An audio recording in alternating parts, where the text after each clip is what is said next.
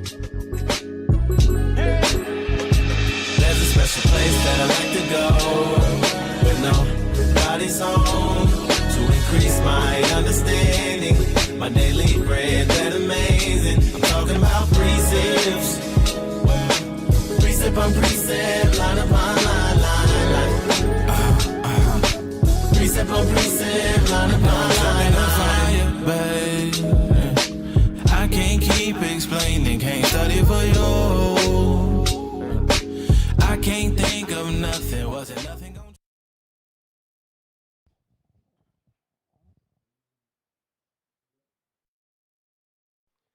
Israel United in Christ. We are not a hate group.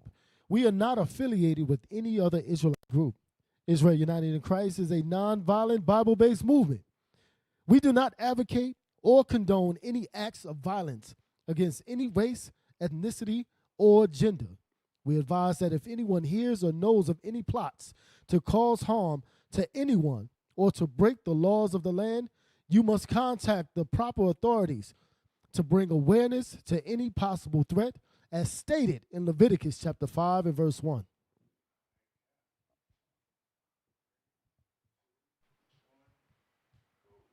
Hey, Israel, shalom, shalom. Welcome to another edition of Precept Upon Precept, The Late Show. We're your host. I'm Captain Shem.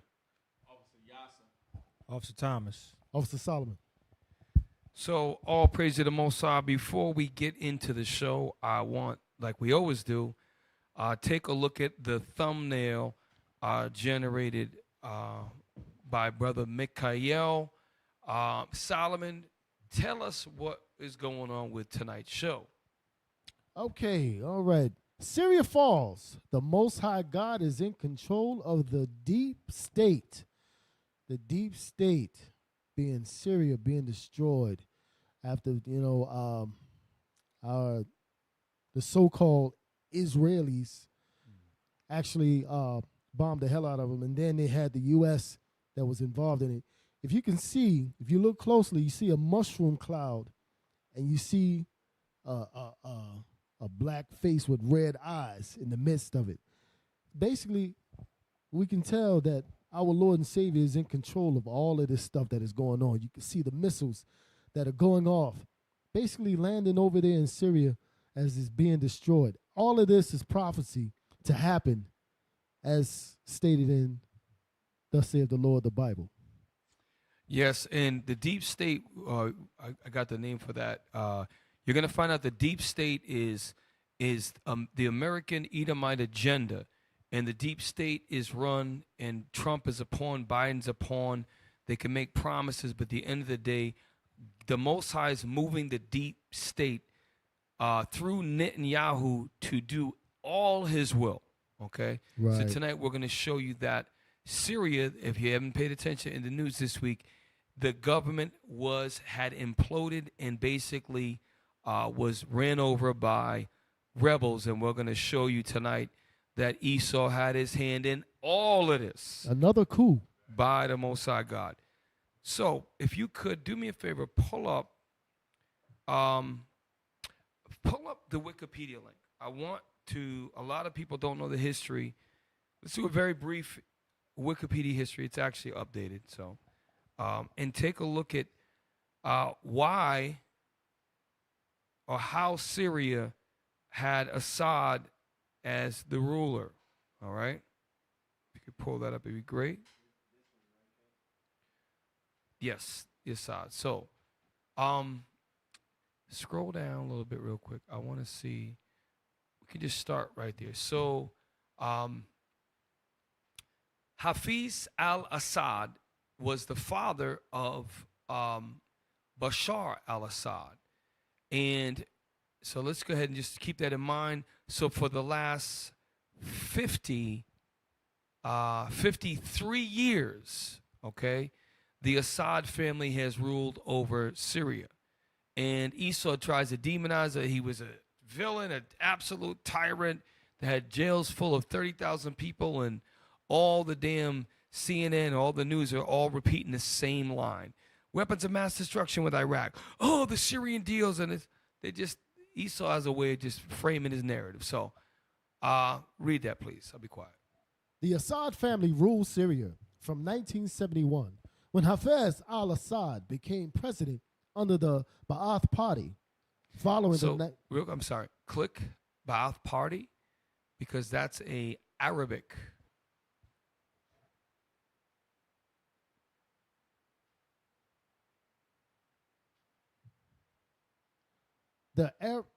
the Arab Socialist Ba'ath Party, also referred to as the pro-Syrian Ba'ath movement, is a neo-Ba'athist political party with branches across the Arab world. So I wanted to prove that although it's Syria, it is predominantly Arabs. Remember that. It's an Arab country. And the party for the last 50 some odd years was a Arabic Ba'ath party, okay, that was for Arab people, all right? So go back to, there you go. When Hafez al-Assad became president under the Ba'ath Party following the 1970 coup, until Bashar al-Assad was ousted on December 8th, 2024. Right, that was either Monday or Sunday. That was just happened. Read on. Bashar succeeded his father after Hafez's death in 2000. So his father for 29 years took reign, and he himself for the last 24 years. Read on. The Assads are originally from Kadaha, Latakia. They belong to the Kalbaya tribe. In 1927, Ali Suleiman changed his last name from Al-Wash. Now watch this. So their line is showing you Ishmael. These are all deviants of Ishmaelites. Now it says Al-Wash, Arabic for savage, right? So they know who they are. Okay, read on. Arabic for savage to Al-Assad, the lion. So they changed their name once there was a political move, and that's how they became to that line, and they ruled for the last 50 years. Syria is a Arabic-led country, and now we're going to, with that backdrop, now we're going to understand as we move forward in the show. So keep that in mind, and let's go to the first. Pull up a map. Pull up a map of Syria. Syria is very important. We always got to look at a map. We always do. Look at how close the Syrian country is to the Mediterranean Sea. Furthermore, Israel. Where is it? Okay, that'll work. So, all right, you viewers at home, when you look at the map, to the north you have Turkey, former the Ottoman Empire. Okay, with the Constantinople or Istanbul. To its direct east, to the east, it's Iraq. And to the southeast. Now, right below is Jordan, and the two countries we want to focus on is Israel to the very southwest, and Lebanon more, I guess, west. Leave it right there. What do we notice here? There's one city in particular that, remember the statement, all roads lead to Damascus? Remember that? There was somebody very important that was on a road to Damascus. Book of Acts, most famous man probably in the New Testament other than Jesus Christ, Saul, name changed to Paul. Look at how many roads lead to Damascus. That's for a reason. What do you think Netanyahu wants to do? He doesn't care about this where you see the diagonal 45 degree. He don't care about that desert. He don't give a damn about that. It's biblical, the reason why he wants Damascus. All right? Now, hold that. I want you to pull the map of the Tigris and Euphrates rivers. This is also important. And then give me Deuteronomy chapter 11 real quick. 11, is it 21 or 26? Somebody find that. This is biblical. Actually, real quick. It's one of the mid-20s or something like that. Solomon, hold that, please. Get me Acts chapter, Paul. Is it 9? Yes. Give me Acts chapter 9. And I want to show you that this region, during the time of the Roman Empire, was traveled by our forefathers. Our forefathers, the Jews. Saul was a Jew. He was from the tribe of Benjamin. Read that. This is the book of Acts, chapter 9 and verse 1. What's this? And Saul, yet breathing out threatenings and slaughter against the disciples of the Lord. Right, because during that time, he was going around the whole Asia Minor killing Israelites who believed on Christ. That's why Christ dealt with them. Read on. Went unto the high priest and desired him letters to Damascus. Right, letters to Damascus. And here's the thing. If you go back to the other map, I don't know if it's too much to kind of go back and forth. Look at how many doggone roads lead to, look at it. Look at how many roads lead to Damascus, man. That city is of great biblical and historical importance. And look how close it is to Beirut. Look at how close it is to Lebanon and the country. That is very important. Okay?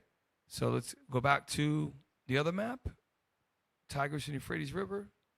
Perfect. Read that, please, Solomon. Verse 2.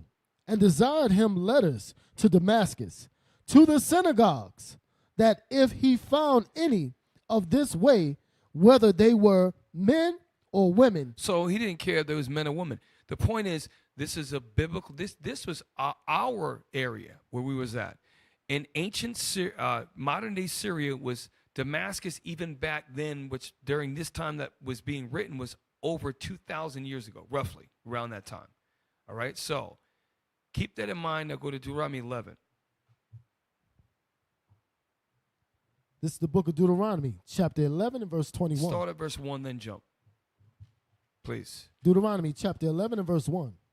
Therefore, thou shalt love the Lord thy God and keep his charge. Right. The charge was given to the Israelites. This whole chapter is talking about the Israelites. Read on. And his statutes. Yep. And his judgments. And his commandments always. Right. Always. Now go to 20. Go to 20, then 21. The book of Deuteronomy, chapter 11 and verse 20. And thou shalt write them upon the doorposts of thine house. We literally did that. Read on. And upon thy gates. Right. We would write on our gates. Read on. Why? Because your neighbor would respect your property line. Because our neighbors were our people. Read on. That your days might be multiplied. Right. Come on. And the days of your children. Watch this. Read on. In the land which the Lord sware unto your fathers. So this is the problem. Netanyahu and the Israeli Zionist Jewish, they think that this is actually talking about them. So they're trying to recreate in 2024 what God wrote back during the time of Moses. They're sorely mistaken. Read on. Good, Officer Yass. Bring it up. You want to say something? I was just going to mention that they're trying to capture Damascus. However, the Israelis' MO, their motive of operation, is to level the land where they want to take those lands over. So that's their intention, is to level Damascus. Damascus will not exist anymore. So there's a saying that that Israelis say that the Palestinians say from the river to the sea, but they were saying that because they wanted freedom from the river to the sea. The Israelis want to take that whole area over. Now, what does that mean? We're going to get some understanding generally from this verse. Read on. To give them as the days of heaven upon the earth. Read on. For if ye shall diligently keep all these commandments, which I command you to do them, right? To love the Lord your God, to walk in all his ways, and to cleave unto him, then will the Lord drive out all these nations. Jump 24. I knew it was 24. It was 24. Verse 24. Every place whereon the soles of your feet shall tread shall be yours. Right. Read on. From the wilderness and Lebanon. Right. And still Lebanon is still there today. Read on. From the river. From the river. The river Euphrates. Stop. Look at Euphrates. The Euphrates starts, the creation actually starts up in the mountains of modern-day Turkey. It flows down, and if you look at this, it's the more bold river, Euphrates River. The Tigris is also an extremely important river that flows through the very edge of Syria's border, right through Iraq, right? That area, that land was called ancient Mesopotamia. It was also called the Fertile Crescent. That is a incredibly important historical piece of land. Netanyahu wants from the river, the Euphrates, to the sea. What is the sea? The Mediterranean Sea. He wants all that land. That's what he's trying to do. And what we're going to get from tonight's show is Erdogan, who we covered on other shows, deals with Turkey. So you got three power structures. Syria was, like you mentioned earlier before we started the show, Syria went to Russia and Iran for backing. I'll say this. What the United States of America and the Israelis were doing through CIA, through Delta Force, through these great military might, would go in and set up an arm and create turmoil, instability. Iran and Russia were supposed to take care of that, but they most are allowing this to happen. So, read it again, and I'm going to move on. From the river Euphrates. The river Euphrates, read on. Even unto the uttermost sea. What is the uttermost sea? It's not talking about the Caspian Sea. That's talking about the Mediterranean Sea, where you see Lebanon, Israel, and you see Tel Aviv and all that over there. So, Cap, the Israelis want really all of Syria, everything from Euphrates to the left. Mm-hmm. They want Iraq as well. They want parts of Iraq. They want Jordan. And they should be worried in Jordan right now. And they also want Egypt as well. And because guess what's right next to Egypt? The Gaza Strip. And remember, the Suez, is it the Sinai Peninsula? Can you scroll up and make that bigger? Blow up Egypt. No, that's okay. Just even take right there. Can you blow that part up? Make it easy for you. That triangular peninsula known as the Sinai Peninsula. It doesn't say it there, but that's what it is. You have the, is it the Red Sea, right? That goes up, and they made the Suez Canal that basically is a man-made channel that connects the Mediterranean Sea to the Red Sea. And that is one of the most powerful transportation lanes in the world. Now, what Israel is going to do, this is my prediction, is going to do another canal. And guess what? If they had to go through Tel Aviv, that's a lot longer distance. But if I can make a direct line right from that port, from that channel, directly, right, see that line? Look at how quickly I get to the sea. And guess what I do? Now, if the Suez Canal just happens to blow up all of a sudden, where do all the ships in the world have to go? Through my port, through Israel. These people are a sick, genocide, bunch of damn maniacs, and they're greedy, and God's given the power to do everything we see. So just to share with you what's going on there, okay? The river to the sea, that's what that's taught. Bishop's gone over it many times. They're not going to stop with Damascus. They want parts of Iraq. And here's the problem. Who do you take out if you're trying to bully people? You got to take out the protector.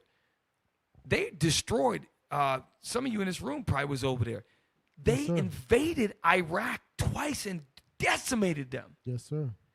So guess what? Iraq used to be the strength of that region.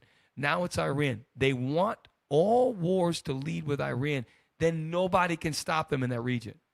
Here's the deal. What they don't understand is that, like the thumbnail of the show, the Most High is allowing this because Russia and Iran, Russia is going to come to the aid of Iran. Okay, so anyway, so I'm getting too much into the map, but just know when you hear them say to the river by the sea, that's what they're talking about. They think that they're the real Israelites, and they're not. Okay. Number one.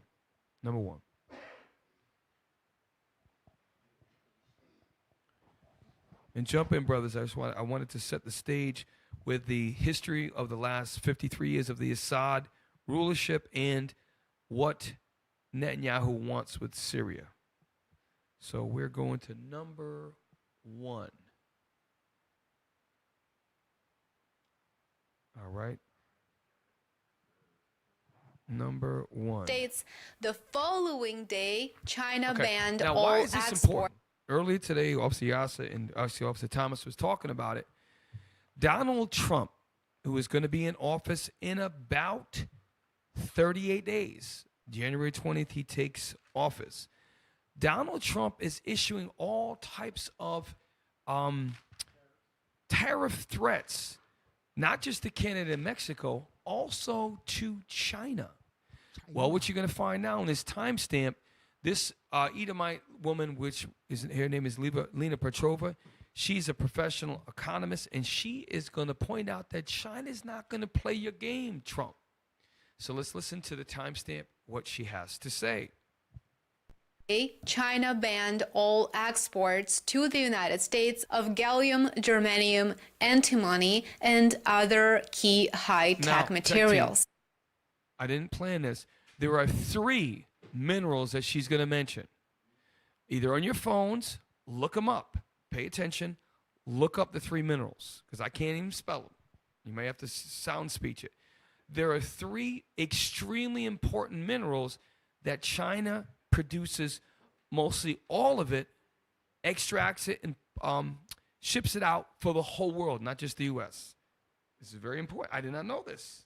Play on. This is a tremendous blow to any prospects of U.S. being able to secure continued flow of cost-effective resources for domestic production of chips and other advanced technological devices for U.S. military applications. The critical minerals banned by China are necessary for the United States to produce military equipment. So on December the 3rd, the Chinese Commerce Ministry announced that exporting critical minerals that are considered dual-use items with Pause. both... This is important. Today is the 12th. Trump's not even a president yet. Because of the power he's going to sway, him just talking about the tariffs, the Chinese are already making policies. On December 3rd, there's 3 minerals she's going to talk about.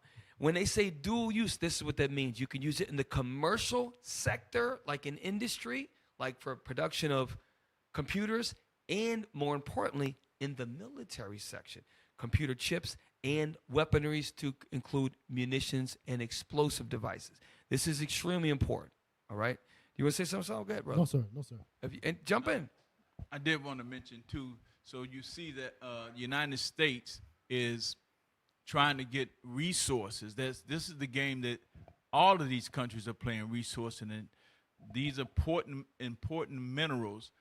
Ukraine has lithium, over $1 zillion worth of lithium, and they're going to fight over that lithium because the United States can't afford. Again, it goes into all the technology of nowadays. We got lithium batteries, lithium's in everything, computers, cars, everything. So that's what we see. The battle is really for resources. Even down in Africa, you know, they're fighting for resources, but the United States feel like they have that on lockdown. And but Ukraine, Russia's fighting for their life, really, by fighting the Ukrainians, and they're not going to back up. Eventually, it's going to get us where we got to go. It's going to get us to we want to go home. And I'm going to tell you something. When you look at what China's been doing, we did show. I saw tonight it was a 147 show. We've done so many episodes, and one of the episodes years ago was how China was developing Eastern Africa, not Western Africa, Eastern Africa, to set up highway infrastructure. And why do you think they were setting up so many highway infrastructure? Because they love black Africans? No, because they need roads to bring the minerals out that they bring to this eastern shore so they can ship it back to China. And a lot of business-minded people understand, look, we fight all these wars. America's highway system's a D. We don't have what the other countries have with regards to technology. Russia's hypersonic missile they just fired is 10 years ahead of the U.S. I wonder why. And so a lot of people like Trump and these guys are saying, we have to bring big business to America, make America great again, which all that's fine and all in theory, But the title of the show is called The Deep State because Trump cannot sway policy like he wants to. There is a group of elite trillionaires and families who have had billions of dollars 150 years ago. They're making decisions. It's not one man Donald Trump. He don't got real money. Billionaires are not real money. The people that with trillions of dollars, those are the ones with money. Okay, now, sorry to be long-winded. Play on. Military and civilian applications now represents a national security concern for China. The new ban takes immediate effect, and it also requires stricter review of end usage for graphite items that are shipped to the United States. This is a very big deal because according to the European Union study, China is the top source of both germanium and gallium. Pause. Germanium and gallium. Did you look that up? Okay. This is not normal black people stuff we're talking about right now. Germanium and gallium. Those are the first two minerals. Why is this important? Because these are minerals that the U.S. absolutely needs if they want to be competitive in the 21st century. Read it. A chemical element between silicon and tin in group 14 IVA of the periodic table. A silvery gray metalloid intermediate in properties between the metals and the non-metals. Do me a favor. Wow. Have the spirit where I'm thinking. If we talking about this, right? Type in, how is germanium used in military weapons? Like, we're all leading to war. Come on, let's help me out here. What is Uses, right? Maybe use as a weapon, something like that.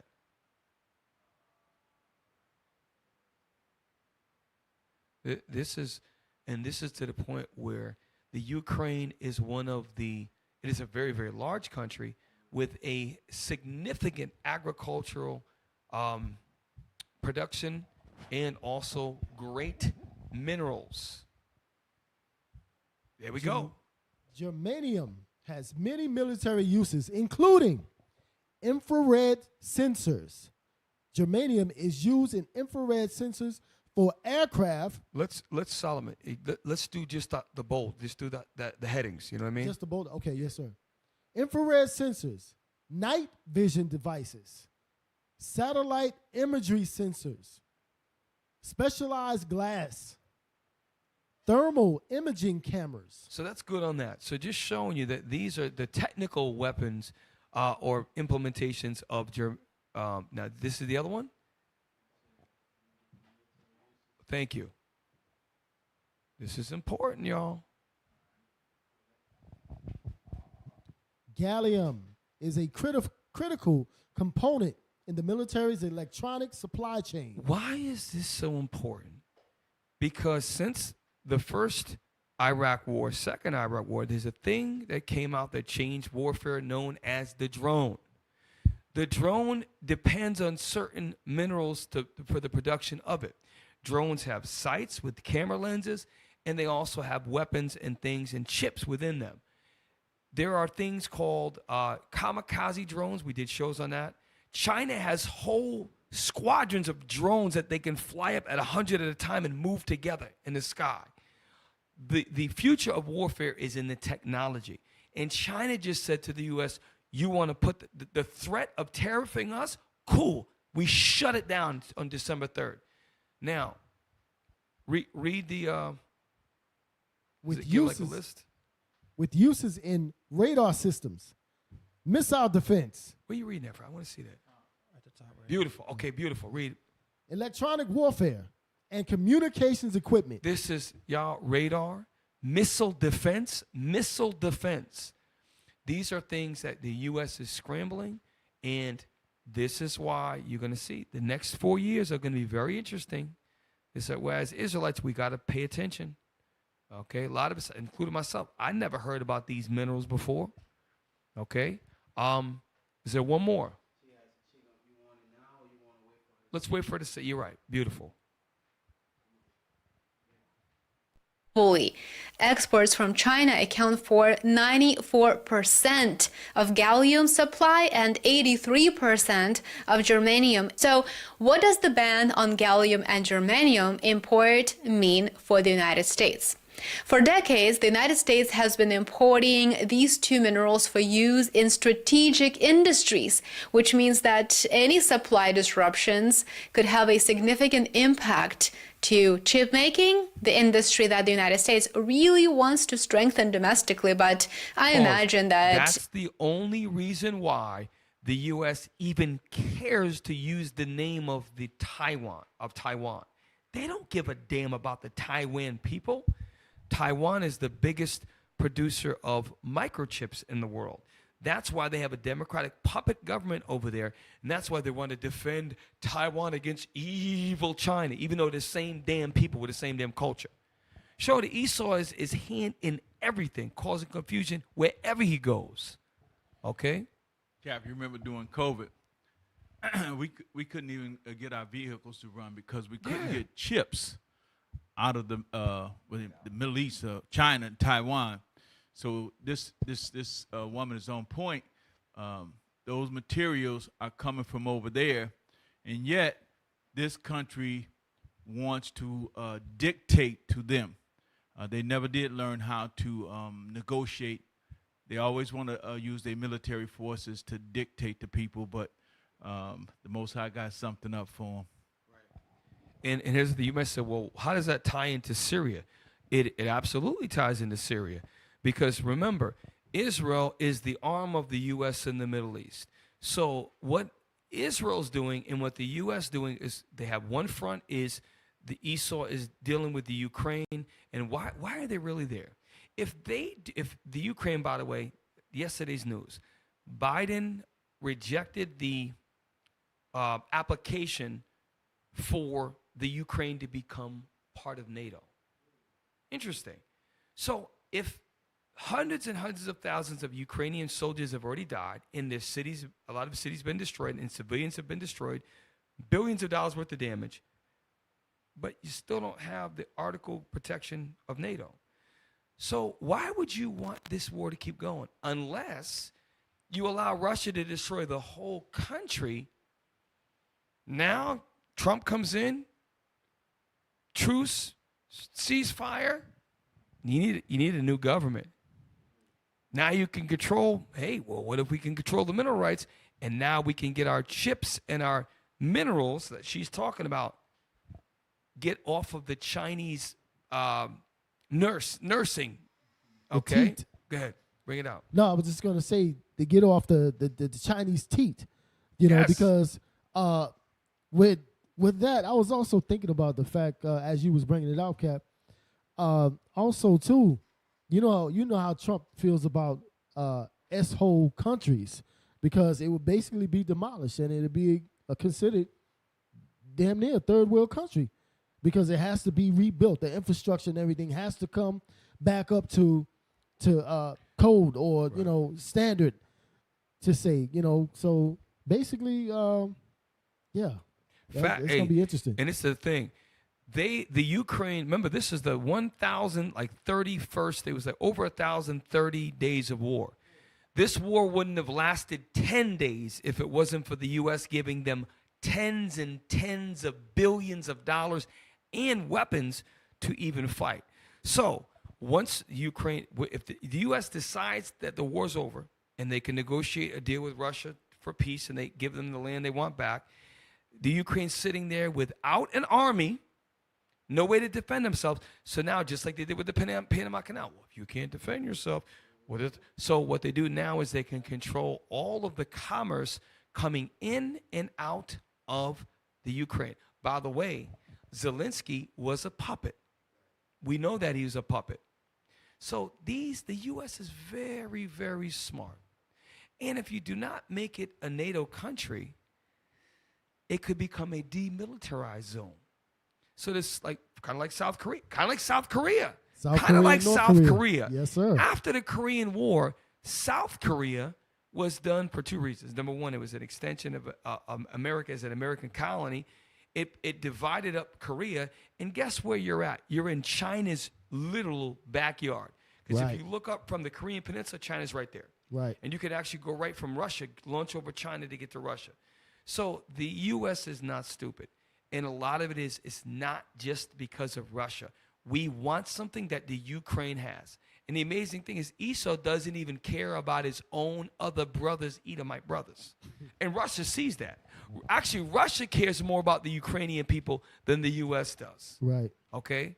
All right. Let's finish that up, man. I'm going too far with this. An uphill battle, and it will continue to be one for the foreseeable future, as well as the communications and defense industries. Germanium's uses include fiber optics, night vision goggles, and space exploration. Most satellites are powered with germanium-based solar cells. Gallium is used in compound semiconductors, among other things. So pause. This is very important. This is why we make a joke about everything is made in China. Everything made in China. Chinese products are produced and manufactured by very, very low-paid factory workers, some of them children. And that's why we get products so cheap. Now Trump is he's doing, in a way, I understand his business mind. If you put a 100% product tariff coming in on that, well, they said, okay, well, we'd rather just not trade with you at all. You want to we'll sell our stuff to India and the other countries. We need what they have.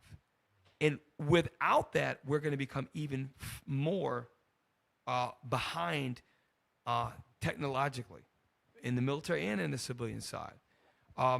That's it on that. Was there one more mineral? Okay. I'm sorry. Go ahead. China banned these exports to the U.S. Can the U.S. simply substitute them with other materials? That is a good question, but the answer to that question is no, not really. It cannot just simply substitute them.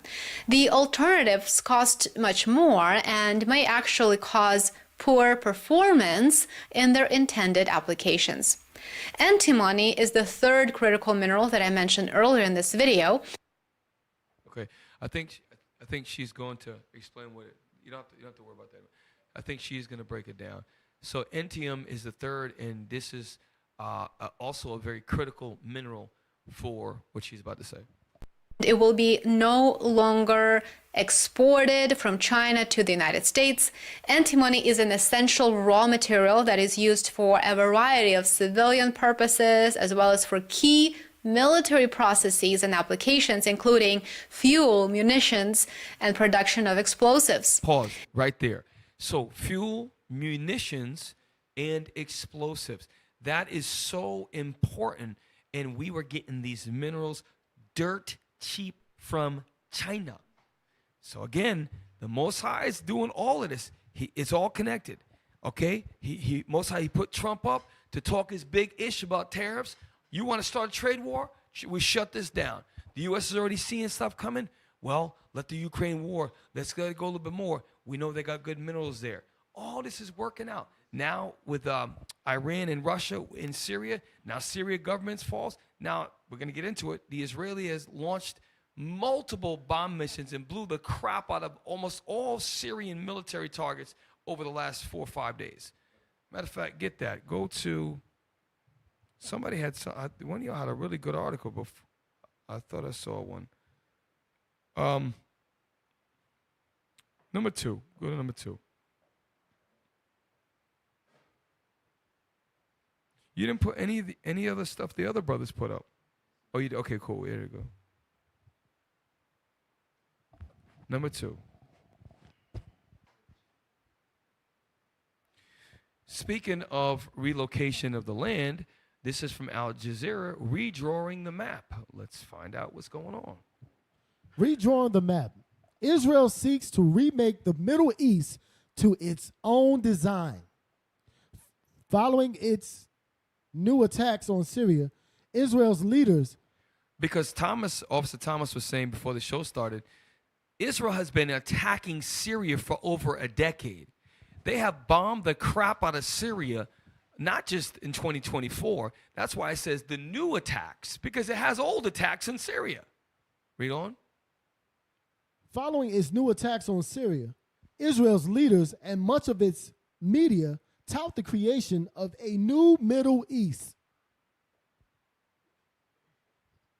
Since former Syrian President Bashar al-Assad's dramatic flight to Moscow on Sunday, Israel has launched hundreds of attacks on its neighbor. Not dozens of attacks, hundreds of attacks. So wait a minute. You trying to tell me, let's really think about this, right? If you launch 5 solid attacks, don't you have to have intel of where you're attacking? How do you, since Sunday, today's Thursday, since Sunday, you launched hundreds of attacks? They've already been planning this. They knew exactly what they was going to hit. They dropped thousands of bombs. If I'm attacking hundreds of different attacks, I'm attacking with everything I got. They almost destroyed all of the infrastructure militarily in Syria. You don't do that in 4 or 5 days unless you've been planning that, satellite imagery, all that. And guess what? You don't think the U.S. was involved? Because a safer Syria for Israel is a better Syria for Edomites in the area. It's all to make white people be comfortable. That's really what it's all about.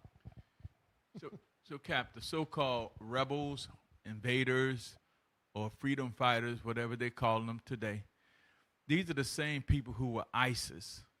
And now we were fighting against them. Now we backing them to go over into Syria. This country is, I'm not backing them, to go over in Syria to take over that land. So like you said, Cap, this was planned, well planned. Those people are well paid off for them to turn around and go over into Syria. That's 2 sets of Muslims that's fighting right there. The Kurds and the Sunni, I think it is, they fighting over there. So this thing was well planned out, and it goes to show that money can buy out just about anybody. Wow. Right, and that money is I forget what it is, not the IMF, the lobbyists that lobby Washington. There's an Israeli organization. Y'all could refresh my memory. Is it IPAC? I think it's APAC. They monetarily motivate many people in the House of Representatives and the Senate.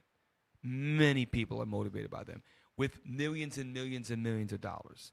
So there's a reason why policy, real quick, give me Netanyahu, Saddam Hussein. There's a YouTube short. I'm going to prove to you that Jeremiah, when it says about the least of the flock, absolutely is been going on for decades. It is Netanyahu number 3. It happened to be number 3. This is from about 21 years ago, something like that. 22 years ago, post 9/11. So 9/11 was 2001. 2001. So this is about 22, 23 years ago. Netanyahu is petitioning his case to destroy Iraq. And this is what he's bringing about. He started the whole thing about weapons of mass destruction. Remember Scott Ritter, who we're going to have on later on, well, we're going to show him later on, we didn't find any weapons of mass destruction. You remember this? I mean, those of us who you remember that in our lifetime. What are you talking about? Play.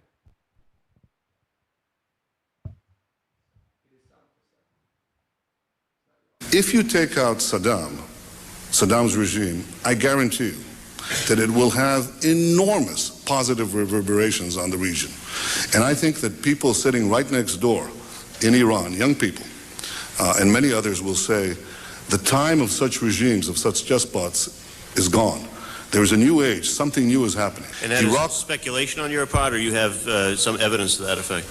I was asked the same question in 1986. I had written a book in which I had said that the way to deal with terrorist regimes, well, with terror, was to deal with the terrorist regimes. And the way to deal with the terrorist regimes, among other things, was to apply military force against them. The way we did in Afghanistan.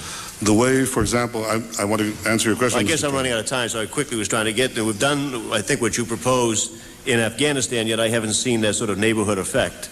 Well, I think there's been an enormous effect. the effect was, we were told that there would be a contrary effect. First of all, people said that there would be tens of thousands of people streaming into Afghanistan, zealots who would be outraged by America's action, and this would produce a counter-reaction in the Arab world. But I think you're now saying that when you take an action like we did in Afghanistan, we're going to see all the other countries just fold. No, what we saw is something else. First of all, we saw everybody streaming out of Afghanistan. The second thing we saw is all the Arab countries and many Muslim countries trying to side with America, trying to be okay with America. The application of power is the most important thing in winning the war on terrorism. If I had to say, what are the three principles of winning the war on terror? It's like, what are the three principles of real estate, the three L's, location, location, location? The three principles of winning the war on terror are the three W's, winning, winning, and winning. The more victories you amass, the easier the next victory becomes. The first victory in Afghanistan makes the second victory in Iraq that much easier. The second victory in Iraq will make the third victory that much easier too, but it may change. Do me a favor. It just came to me. It's in Psalms, is it 51? About war, about his words were smoother than butter, but war was in his heart. This guy right here is one of the smoothest talkers. He's an author. And what he's effectively saying is, you got to break the back of the strongest Arabs so that the other ones will bow down around you. But what he's failing to understand is that God is allowing him to do all this because these Arabs are going to turn up. They're going to remember, they're going to turn up, and they're going to come for these Edomites. Now, is it 51? 55. Thank you, 55.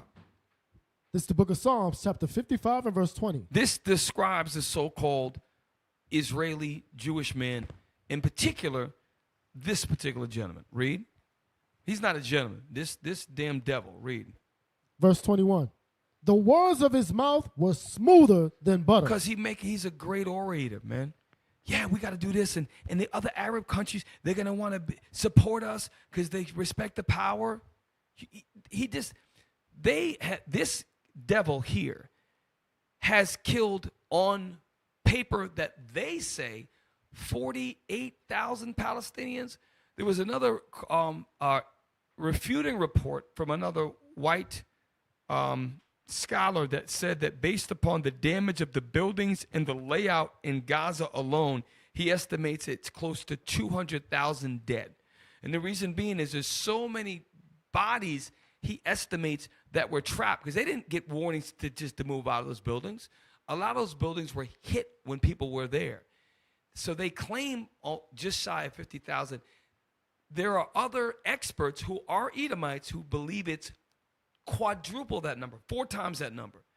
This guy's saying, he's saying this, we have to destroy and fight all the strong Arabs, take them out so the weak ones bow down to us. That's what he's saying. Okay? Read on. The words of his mouth were smoother than butter. Right. But war was in his heart. And that's why when he's saying win, he's saying you got to kill these Arabs. You got to kill the strongest ones. That at the time, Iraq was the strongest Arab country. And guess what? Iran, you don't think that they learned from all the lessons of Iraq War 1 and 2? That's why their scientists and their engineers in Iran have worked and aligned themselves with Russia to create missiles that Yasser pointed out. They shot the low-class missiles from Iran to Israel and still breached the Iron Dome. They didn't even hit them with the hypersonics. Show you that. I'm telling you, y'all, we got to really see what's going on here. Can I get a script? Please. 1 Thessalonians 5, 1 through 3. See, when you look at Netanyahu, he's so confident in what they're doing in conjunction with the West, United States. Britain is in there.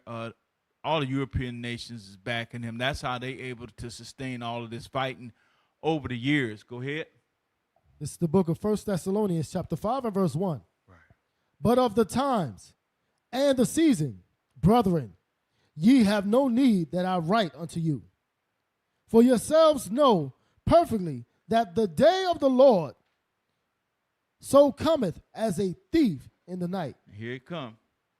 Verse 3, for when they shall say peace and safety, then sudden destruction cometh upon them. That's what's going to happen to Netanyahu. He think he know it all. He think he like the Most High.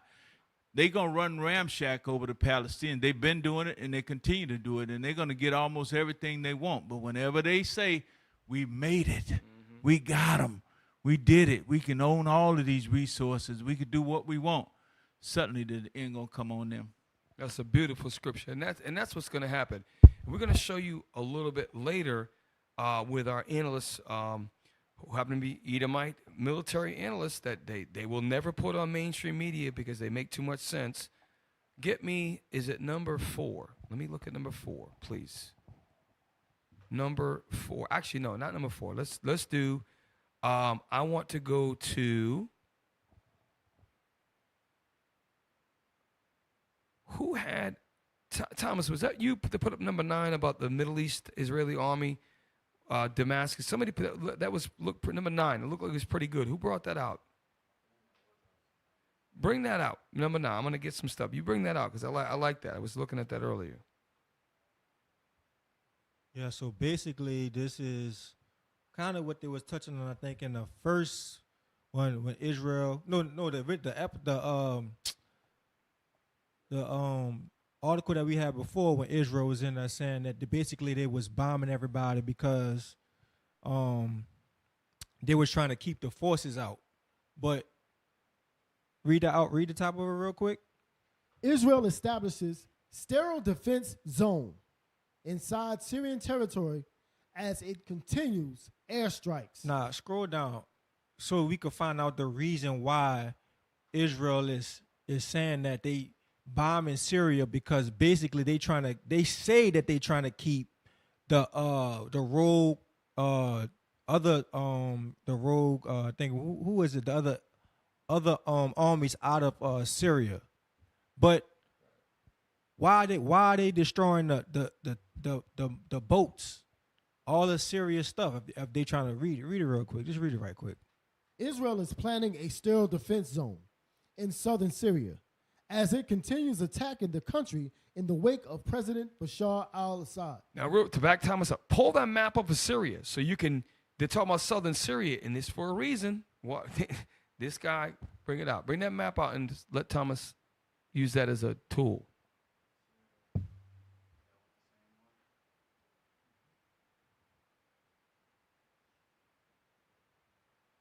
So basically, they like we were saying in the article, they trying to keep out. It says right there that in southern Syria, it continues to attack the country in the wake of President Bashar al-Assad ouster. So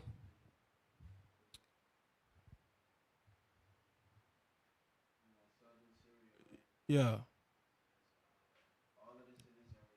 Let me just say something, Thomas. Get your thought together. When they say southern Syria, they're not talking about the desert wasteland that borders Jordan and Iraq. They don't give a damn about that. Mm-hmm. What they're talking about is, if you see the cities of Basra and As-Suwaja, and you go up to the road to Damascus, that's what they want to do. They're starting a preemptive strike to secure and land grab all of that, man.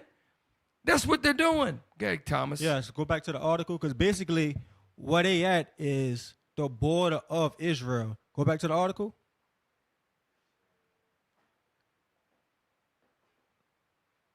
And I want you to read right there together.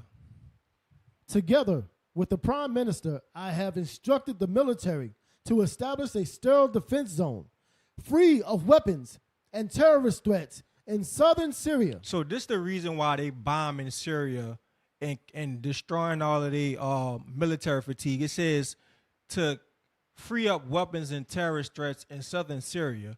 But for what? If y'all trying to make a free zone of weapons, why y'all bombing Syria? The president has already left the country. He already left. Why they bomb? Why they can still continue to bomb? They said they bombed them, I think, over 450 times in 6 hours. But they doing a free. It's a free zone. Keep reading. He claimed. He claimed it was in order to prevent the establishment and organization of terrorism in Syria. But I thought that was the reason why Russia and Iran was up and up. Now all of a sudden, Israel now is the police. All of a sudden, they doing the job that Russia and Iran was doing. But Russia and Iran, they left out. Now Israel taking over because that land right there is right next to their border. Hey, and that's a great point, and we have to remember that the reason why the Israeli Jewish or the IDF is so emboldened is because they have the greatest of the flock backing them up. So of course they can, just like Ukraine has no power at all. The reason why they have power is because they're part of the flock. The least of the flock is little teeny Israel with about 13 million people. I think it's 6 million so-called Israelis and about 6-7 million Palestinians. It's a little speck of a country, but they got the most powerful military in that whole area. Why? Because their big brothers is Esau in America. That's for break. Okay. Were you done with that, Thomas? I know you can get into that a little bit more, but let's go to, how much time I got? 1 minute. Get me, go back to article number 2, and we're going to do a couple parts and we're going to go to break. So when you redraw the map, in order to redraw, you have to stronghold and take the land. Like Sir Thomas was saying, if you can demilitarize that place, now you destroy their infrastructure and their weaponry, you now have control. Even though you didn't actually move the property line or the country's actual border, you have control of that land. That's the first step to go ahead and in what they call a land grab. Read on. I'm sorry. Scroll down a little bit.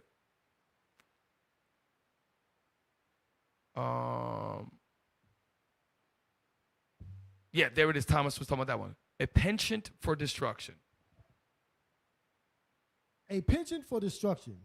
In the last few days, Israel has launched more than 480 air attacks on Syria. So it said hundreds, and now we know that it's almost 500. And again, you cannot launch that many attacks. If you were to launch 480 airstrikes in a year, that would be impressive. They did it since Sunday. Sunday? That means okay, this base is here. They got these ships are docked in this boatyard. This here is this here. They have everything mapped out, GPS coordinate. They already had it. They had it. I'm telling you, Israel, they already know what the targets they want to strike in Jordan. They know what they want to do in all the places from the river to the sea. They know exactly what they want to do. They've been planning this for a very, very long time. Okay? Yeah, say it right there, Cap. At the same time, it has moved its ground forces into a demilitarized zone located within the Syrian territory along the border with Israel in the Golan Heights. So that was their plan, to stretch that border out. Right. And it says, and Netanyahu actually talked about in one of his speeches that Syria violated the 1974 agreement. And that's the buffer zone which was set up, proving that they had beef with Syria back during the time of Assad's father, who came in power in 1971. Because why? He was part of the Bel Ashas, we showed you earlier, and that was an Arabic political party that was for Arab people. All right, scroll down a little bit. Hey, Cap. Yes, sir. Real quick, it does mention about it being a illegal occupied area that Israel is already occupying illegally. So I mean, so and you think about it, right, Officer Solomon? They do the same thing in the West Bank of Israel. Right. They illegally go in and remove Palestinians from their houses and land, even though they have a property line, they literally were taking and building a fence where the people had to go through their fence to get to their property every day. Remember that we did a show? Yes, it's absolutely crazy, man. These are the devil the Bible speaks of. And I'm telling you right now, these Arabs, man, Esau can only blind them with money and money and authority for so long. So these Saudi Arabians, they're gonna wake the hell up sooner or later. Yeah, one thing about Syria, they were under heavy sanctions. Yes. And that's what ultimately collapsed them. When you saw the soldiers and stuff run, they were sanctioning them. They had hardly any food in the country. They were punishing all the people. So it may have come to Assad's mind to just let it go because the people were suffering so bad anyway. Right. And so this is what we're gonna do, y'all. Stick with us. We're gonna head to break. We're gonna put a couple commercials, and please go ahead and subscribe to our YouTube page, Twitter, Instagram, whatever the social media we have, the Tumblr, Rumble, and help us to grow. We're stuck on 28,200. We're trying to get to 30,000 subscribers, and share this show tomorrow. Half the people are asleep. I get it. Share the show. We're covering a lot of very recent, pertinent information that you need to know. So with that, stick around. We'll be back after these breaks. Shalom. Hey, shalom, Israel, Most High in Christ bless. My name is Captain Shem, IUIC New Orleans. Help us to grow. YouTube page, subscribe, like, share, hit the bell notification. And now it's even easier, y'all. Hey, and also part of New Orleans Camp, we got the community cleanups, cleaning up our neighborhood one at a time. What y'all waiting for? Subscribe. What are you waiting for? Subscribe! There's so much wrong going on in the world, but somehow we keep it all smile. Subscribe and follow us on all social media accounts. We got TikTok, we got Twitter, we got Rumble, and YouTube. Make sure y'all follow IUIC New Orleans. Shalom.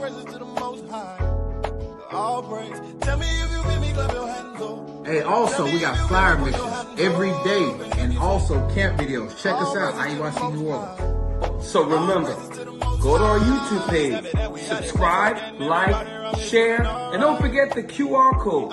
When the QR code comes out, don't forget to take your phone out. 5, 4, 3, 2, 1. Why isn't it done? Shalom, Israel.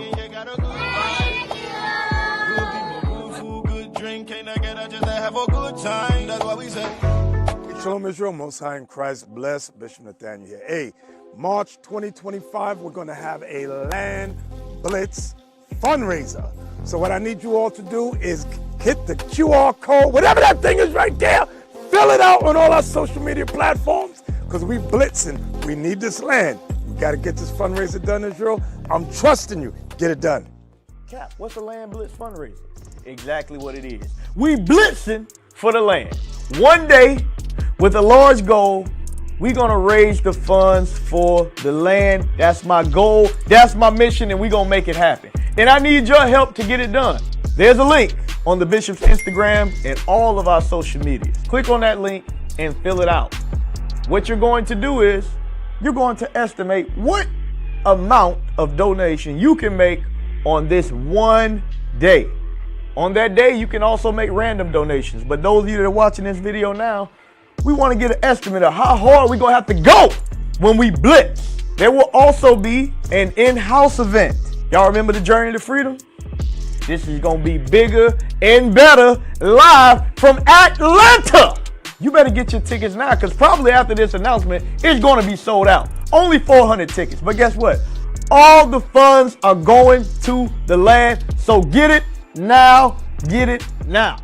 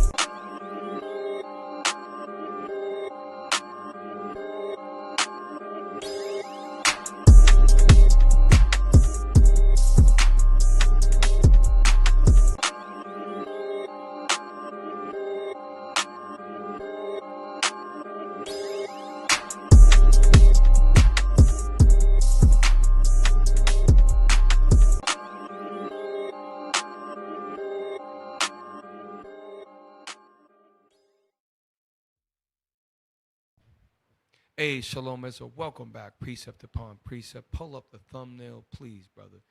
So we have we're episode. Shout out to this show. This is episode 147. So we've done. That's almost 3 years worth of shows. Okay, and we've had sometimes we had breaks and reruns, but so Syria falls.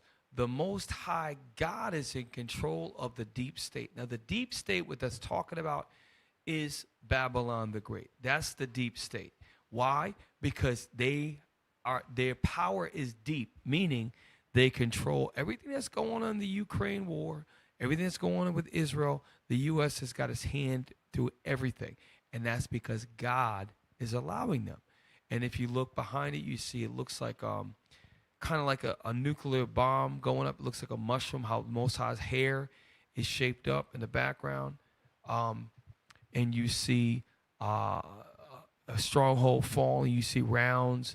You see buildings burning. And you see a young man with a Syrian flag. And then you see off to the side, looks like a rocket, right? Looks like a rocket ship. A couple rocket ships blasting off. So all praise to the Most High. So now, go to Scott Ritter, because we're going to get into some interesting commentary right now. Scott Ritter. Scott Ritter is him and Colonel McGregor. These men are experts on this, and they are also Edomites, and they will never be allowed on the mainstream media because, number one, they're not going to represent America's interests because of the fact that they tell the truth. So, well, they're still the devil, but they tell the truth. Even the devil's control. American government. This is timestamp real quick, right? Okay. Government, either the State Department, the CIA, or other intelligence assets, or even the military. And what role did the Israelis play in the fall of Assad? Well, the answer is we don't know right now. I mean, this is literally something that took the world by surprise. I know that President Biden went out and made a presentation where he took credit for this. There's no doubt we've known for some time that the United States has been providing financial support for anti-Assad forces, both based out of Jordan and based in Idlib and operating out of Turkey. Turkey's been also underwriting the HTS terrorists. I mean, I know people are calling them other, but they're terrorists. They're head choppers. Jolani. I just want to remind people that the man who's currently sitting in Damascus at the head of what passes for a government in Syria started his career as an Al-Qaeda terrorist in Iraq. I was bringing out OCS because you were talking about that earlier. I don't think that we understand the magnitude and the layers of evil that Esau will go to get what he wants. You were saying it earlier. Yeah, so this guy here, he's the one that we used to see in the videos where he would have the people all masked up and he cut their heads off. That's why he called him a head chopper. Mm-hmm. Right, and so he was one of the lead figures in Al-Qaeda. What was the whole thing about 9/11? It was what? Get Osama bin Laden and Al-Qaeda. Wasn't Solomon? You was over there, right? Yes, sir. That's what we fought. That's why many American GIs, Marines, they died fighting the rich man's war. Right. Okay, and poor children, a lot of these 18-year-olds died fighting a war, and now, and this is a slap in the face for all, a lot of Esau are going to be mad about this. This is a slap in the face of all the people that died on September 11th. That's what this is. Right now, the U.S. is in support of Al-Qaeda and you know that they was using them to set up and topple the Syria. Why? Because they want to position Israel in that land. We showed you before, Netanyahu in 2002 went before the Senate and declared Saddam Hussein international terrorist. Surely he's got weapons. If you destroy Saddam, the whole region will stabilize. Right. He's doing the same thing now with Assad. And it just happened this week. Go ahead, Solomon. Bring it out. No, I just wanted to say, Cap, in regards to what you were saying about what Officer Yasser also brought up about the head choppers. I remember we would actually look at videos and watch videos of this, like on our phones or on the computers. You know, when I was in the military, we would watch these things because, and it was, I guess it was supposed to strike some type of fear in us, some type of fear tactic or whatever, and just to find out that it was the U.S. behind all of this, you know, in the first place. It was crazy. Al-Qaeda and many other puppet governments and so-called rebels are set up by the CIA. There's and these guys are very disciplined. There are teams of special forces outfits in the U.S. military. There are whole battalions of what they call Army Rangers. You have Green Berets, which are Army Special Forces. You've got Marine Corps Raiders. You've got Navy SEALs and amphibious warfare. You've got the Delta Force. The Delta Force is an elite version of the U.S. Army. They go with small teams and go in and set up governments. That's what the Delta Force do. They set up governments. They go on. There's a guy, I wish I could pull him up. And a lot of these guys, man, they have to follow orders. A lot of these guys are disciplined guys, and they follow orders of what the U.S. tells them to do, and they have to follow them blindly, unfortunately. You can't think for yourself. And if you do, what they say, it'll get you killed. But anyways, that's neither here or there. Play on.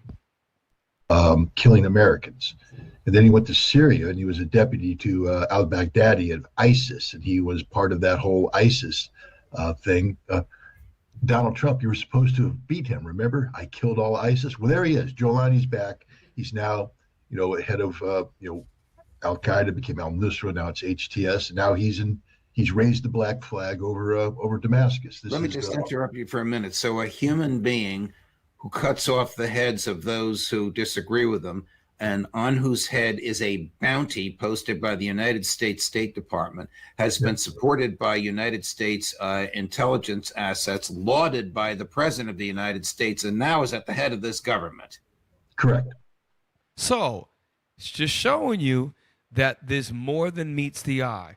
The former was Al-Qaeda, then they became, I guess, kind of blended into ISIS, is being, because by the way, if the U.S. didn't want them there, they wouldn't be there right now.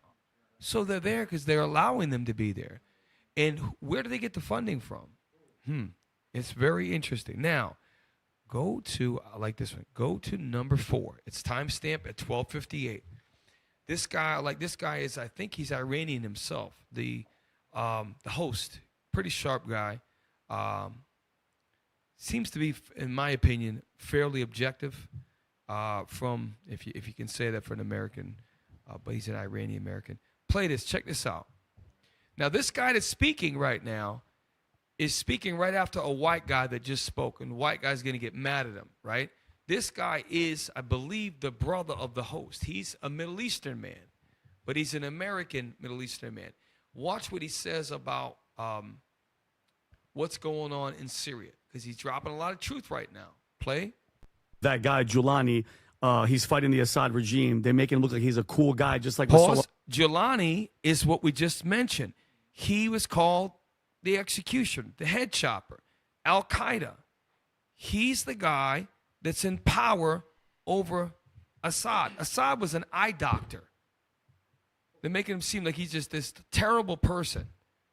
Well, you got to paint the narrative. Just like Saddam Hussein had all these nuclear weapons, they didn't find nothing. Again, they paint the narrative so they can do the dirt that they want to do. Okay, they don't give a damn about the Ukrainian people. That's why they're going to let all these people, millions of people die. Army's going to die, and they're going to rob the resources from Ukraine. Play. Said he's a freedom fighter. He's a moderate. He has a $10 million bounty on his head by us. And now all of a sudden we're praising his ass. He's wanted for a bunch of massacres, but we'll talk about that later. My problem is, in the past 7 days, Biden has pledged to give another $1 billion to rebuild Africa, another $1 billion, another $1 billion while everything is happening. And now he wants to help rebuild Syria, Tom, with God knows how much money. Meanwhile, you guys remember that little hurricane that hit North Carolina? I'm seeing videos every day. They're homeless, they're suffering, and they're freaking dying in the streets, okay? But let's not forget how this whole Syria situation happened. Pause. You guys remember? This is where he breaks it down. He said, let's not forget how this whole Syria thing happened. Play. CIA covert operation called Timber Sycamore, where Obama and Brennan sent the freaking CIA in there to overtake Assad. And guess what? They failed. And they left all the weapons there. And what happened, Tom? ISIS is formed. And all these people are formed. And some people would say arming the enemy is treason. Remember, Obama came in power after September 11, 2001. Remember, George Bush, the dumb one, is the one that launched the power against the United Nations. Remember, the whole world said they didn't want to go to war. George Bush says after the United Nations, he went to war like 8 days earlier. He went to war. It was the second war that was the first war was televised on CNN. We were watching the war on TV in 2022, something like that. 2002. It was yes, 2002. Yes, because it started actually in 2001. He started bombing, I think it was October of 2001. And when March of 2002, I was in country at, so it was Bagram Air Base. In Iraq, right? In Afghanistan. Okay. You know, that was Afghanistan. Now, Iraq actually started in 2003. So March of 2003, we was flying into Kuwait. We flew into Kuwait. And I remember we got off the bus. We actually had to get off the bus. We had just arrived at Doha in Kuwait, Camp Doha, and they told us we have to hurry up and get off the buses, and we have to get into the bunkers, and we have to gas up because they had Scud missiles that was actually blowing up over our heads. So it was a big to-do. It was crazy. You know, we got civilian clothes on, just arriving in country, haven't even made it forward yet. We were actually in the rear at that time. Just came off the plane with still civilian clothes on. And that's what the Scud missiles. Remember, Saddam Hussein was launching Scud missiles into Israel. And one of the things he did, he hit a U.S. base and killed 28 Army base soldiers. And that was the wrong move. Now, Scud missiles is nothing. Right. That's a dime a dozen. But because of that, Saddam Hussein is harboring nuclear missiles, which he didn't have none of that. Scott Ritter proved that. So we got a brother on the show that was there. I'm showing you that what this guy's talking about right now, he's saying things that nobody can deny. Like in this room, most of us remember that. He was there. Now, play on. Watch this. If you want to just say that. But I just think when it comes to that, man, we have experience because we're Middle Eastern. Like Saddam Hussein, as much as he was an evil, murdering piece of scum, and so were his kids, they needed him. Like, it's weird to say. I know my cousin's married to an Iraqi woman. She was crying, and she's like, Vinny, everything was okay. He knew how to keep everybody at bay. Saddam Hussein, they took him out, and look what the hell happened. Look what happened when you took that guy out. And this is a direct result of it. Now they took out Assad. I don't know, man. And look, you're already seeing Christians getting freaking crucified. We're going to be screwed. The Christians there are going to get effed over. Okay? These and are Christians, by the way, over there, Rob, if you want to play this clip. There you go. That's what you get for loving Jesus Christ. Yeah. And they love this regime, right? United States is like, yeah, he's better than Assad. Yeah. Yeah, I guess what's going to happen to these guys after that. So the U.S., remember, one of the missions of the CIA, both home and abroad, is a central intelligence agency. It is to disrupt and destabilize government for the interests of the United States of America. So a destabilized Syria is safer for the United States. A destabilized Syria is safer for Israel. That's why we brought up the article. Thomas brought. They literally, within 6 days, launched 480 attacks. This week they did all of that. So all of this it all works together. And Netanyahu made the plea for Saddam Hussein. Now he made the plea for Assad. It's going on and on and on. And behind all of that is the United States of America, Babylon the Great. Now, yes. Yes, sir.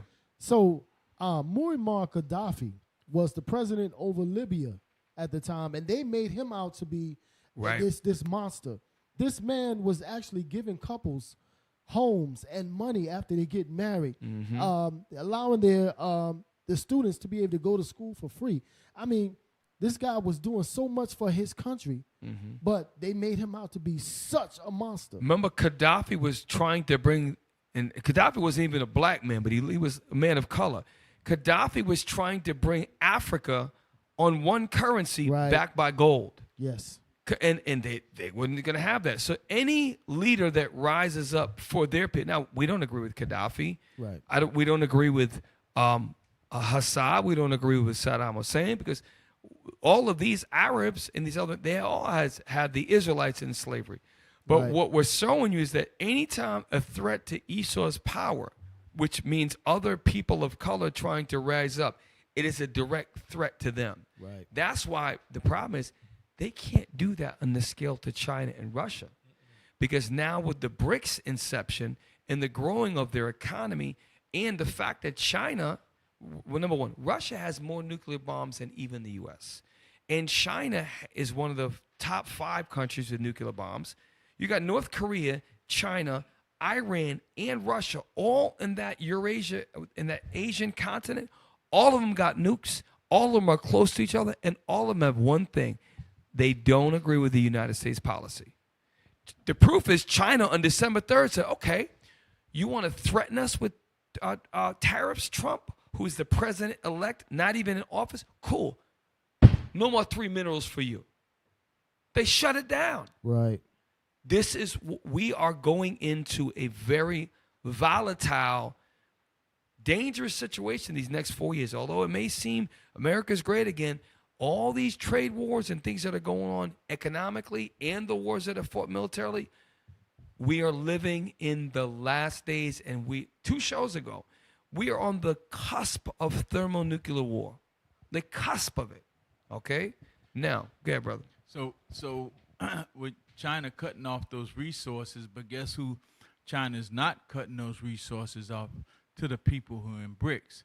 So Turkey was going to be in there, but it looks like they're going to have some issues since they have their sights on establishing their territory in Syria, and they didn't back the Syrian government that was there anymore either. So that's all up in the air, but they'll all have the technology to be able to fight the great whore, America. Facts. Get do me a favor. No, not yet, because that's gonna be close out. I want you to get me Al Jazeera. Let me see something. No, number 11. No, I'm sorry, 12. Number 12, because this is Al Jazeera. I think somebody posted. This is good. This is good. This is the Ahmed al-Shahar. This is the guy they called the beheader, okay? This is a good source, y'all. I think this is from yesterday. Let me see the date on that. Okay, this is very recent news. So let's go ahead and read. Can you play that? I don't know if you can play it. This is in a Syrian city. Frantic work is underway at Emeviyin Square in Damascus. Residents and opposition fighters join hands to clean up the area where they celebrated the fall of the Assad regime. The opposition fighters are now in charge of security in the capital. Our fighters are deployed to patrol across Damascus. We will not rest until full security and order are established in every part of the country. These high school students are volunteering to help. We are happy that our capital is now free. We are here to encourage more young people to come out and join this new era of rebuilding our country. The Assad regime killed hundreds of thousands of Syrians in the civil war that broke out in 2011. If you actually believe that the Assad regime is responsible for killing hundreds of thousands of people, if you actually believe that, you're very naive. Remember, the job of the United States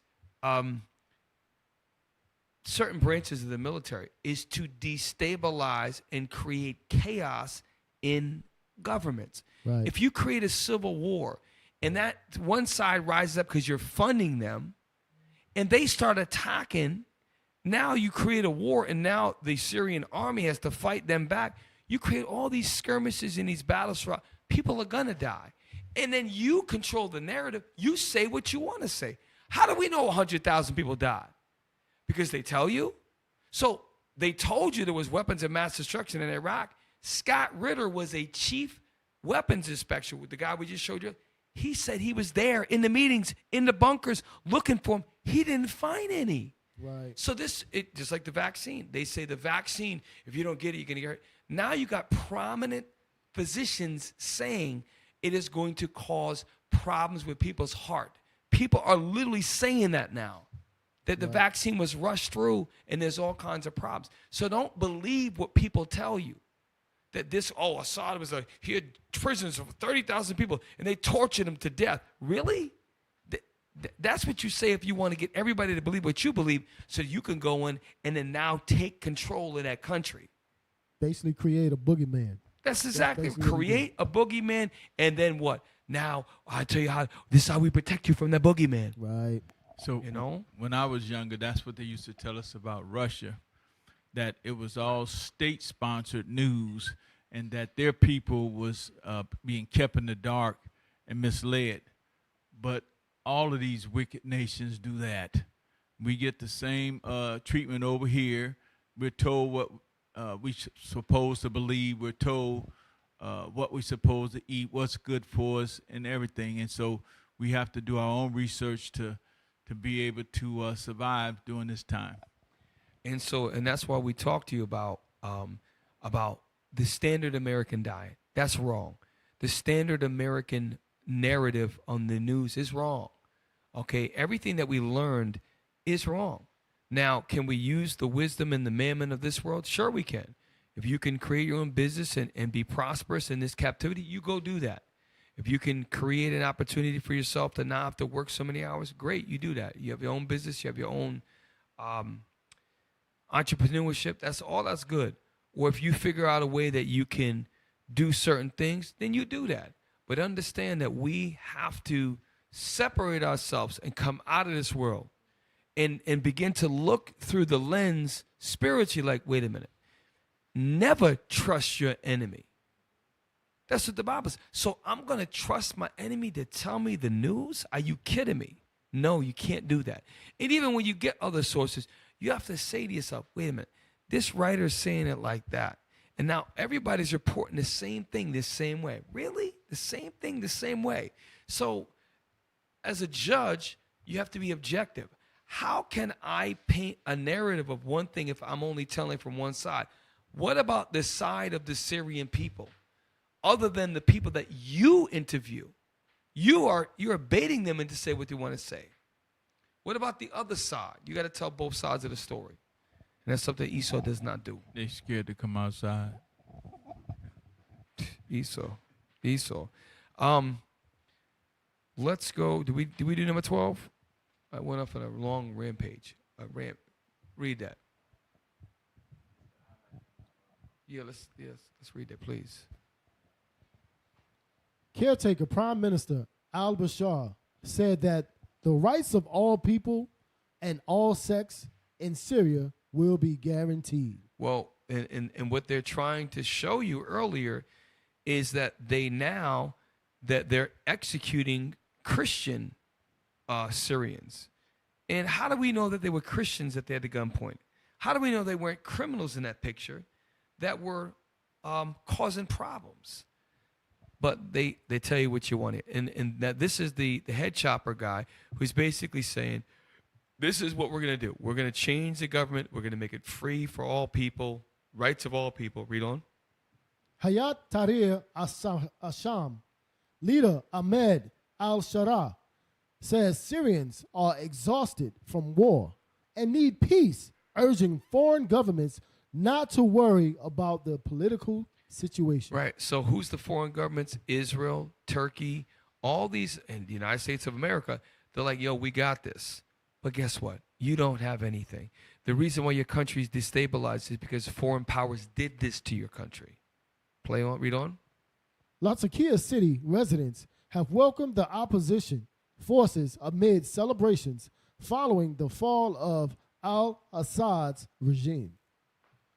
Syria's Ba'ath Party announced it was suspending work indefinitely, days after al-Assad was removed from power. Remember, the Ba'ath Party has been in power since 1971. Remember that. Read on. The tomb of Hafez al-Assad was torched in his hometown of Qadaha. That's the father of Assad. That's Assad's father, who was president until 2000. Read on. Syria's opposition leader says the officials involved in torturing detainees will not be pardoned. Turkey's President Recep Tayyip Erdogan says the collapse of al-Assad's bloody regime has paved the way for peace and security in Syria. I'm surprised about Erdogan. What? Read on. Russian Foreign Ministry says Israeli action in Syria violates a treaty between Israel and Syria that ended the war 1974. And what violation is that? We brought out earlier 480 attacks since Sunday. They have violated, but they violate everything. They do what they want. That's why they can kill all these people in Gaza and get held by an international court to be found guilty, and they just say that doesn't apply to us. It's amazing. Now, go to McGregor, and we're going to close out. McGregor is going to drop some bombs. So we're going to, this guy is, if I were Colonel, he should be the advisor for foreign affairs. He should be, McGregor should be, if this was a righteous world and America was a righteous country, which they're not, this guy should be all Middle East policy. This guy should be in. Watch the way he talks and the way some of these dumb, stupid senators and congressmen talk on the House floor. Watch the way the Secretary of State and Anthony, Blinken, watch the way he talks and runs his mouth. Watch the way this guy talks. Play. What role did the United States play, if any, in toppling President Assad of Syria? I think we have to take credit for having played a very major role. We have had people on the ground working to remove Assad certainly since 2011. Pause. And we could Officer go. Thomas mentioned that earlier. We, meaning the U.S., what he's saying, have had people, because he was a colonel in the army, knows what he's talking about. We have had people trying to remove Assad since 11. That's 13 years. And actually before that, because the other guy quoted Obama, actually in 2008 tried to get, with the CIA, tried to get Assad out. So now McGregor's saying it's been since 2011. So the U.S. has been sending jackals, Delta Force, CIA to topple them from within. And when that doesn't work, guess what you do? You create a rebel force, you fund them with resources, munitions, and money and all of that, and you create the boogeyman, like you said, Officer Solomon. Okay? Play on. Role. We have had people on the ground working to remove Assad certainly since 2011. And we could go through this timeline, but the point to keep in mind is that we've done everything we could to support his removal, because that, of course, was the wish of the Israeli government. They were always anxious to remove Assad. Pause. Remember, Netanyahu in 2002, we showed a clip. He went before the U.S. Senate to make his case to attack vehemently Saddam Hussein. During the same time, he was also petitioning to remove Assad. That's what McGregor's talking about. This all connected. It's all connected. Wake up. Give me Job 9:24. If you do not think that the wicked of this earth is the white man, you're crazy. And listen, we don't hate anybody. Listen, I'm gonna tell you straight now. I got some very polite, nice white folks I work with, and I'm the very nice people. I got some nice Chinese people that I know. It's not about we hate. It's not about that. You could be a nice white guy, a nice black, you got some black devils. It's a spiritual thing. God is behind all of this. The reason why we went into slavery, we broke God's commandments. The reason why Esau, the white man's in power, God's allowing him to. It's nothing personal. You know, actually, when I go to work, white people treat me better than my own people. Hey, I'm probably not the only one, okay? Now listen to this. Read. This is the book of Job, chapter 9 and verse 24. Come on. The earth is given into the hand of the wicked. The earth is given by who? By God. He's allowing them to do this. Read on. He covereth the faces of the judges Because thereof. the real people that Deuteronomy 11 is talking about, from the Euphrates to the outer sea, is talking about the Israelites. That's our people. And the real Israelites would be in captivity. The real Israelites have no power. The Jewish man in Israel has much power. So much power, how much so that the U.S. sends them tens of billions of dollars a year, and the country is the size of a pea, comparatively speaking to these other giant countries, with a small number of people, showing you that they control that. They're not the real Jews. That's just the truth. It's not hate speech. It's not anti-Semitic. I'm a Semite. Right. I'm from Shem. How could I be anti? How could he be anti? How could be a Chinese man? How could an Arab be an anti-Semitic? They're from the line of Shem. Right. Read. If not, where and who is he? Get me Malachi chapter 1. The wicked here is talking about the same wicked that Malachi was speaking about. Malachi chapter 1 verse, I think it's 4. Malachi 1 verse 4. This is the book of Malachi, chapter 1 and verse 4. Whereas Edom saith. Now hold up, go to verse 1, I'm sorry. Verse 1. The burden of the word of the Lord to Israel. To who? To Israel. So the word of the Lord was to Israel, not to Esau. Read on. By Malachi. By the prophet Malachi. Read on. I have loved you, saith the Lord. Read on. Yet ye say, wherein hast thou loved us? Right, because a lot of times we go into captivity, we go through hell, and we wonder if God is really with us. Okay, but read on. Was not Esau Jacob's brother? Right, they was in the womb struggling. Read on. Saith the Lord. Uh-huh. Yet I love Jacob. But he loved Jacob. Read on. And I hated Esau. So he hated Esau. Now the next part is going to be not about Jacob, but about Esau, who God hates. Read on. And laid his mountains and his heritage waste. Right, and he did that when during the Dark Ages, they were called Caucasians out of the caves of Georgia, Russia, and other parts of the mountains. Read on. For the dragons of the wilderness. Whereas Edom saith. Watch this. So Esau is going to say in his heart. Read on. We are impoverished. Right. But we will return and build the desolate places. And they came back during the Renaissance era. All the art, Michelangelo, all this white art with white gods, Sistine Chapel, all that came back. They came back in a vengeance. Under who? The Portuguese, Spanish, Dutch. They got a cigar called Dutch Masters. Right. And dumb Negroes smoke it. I used to be one of them.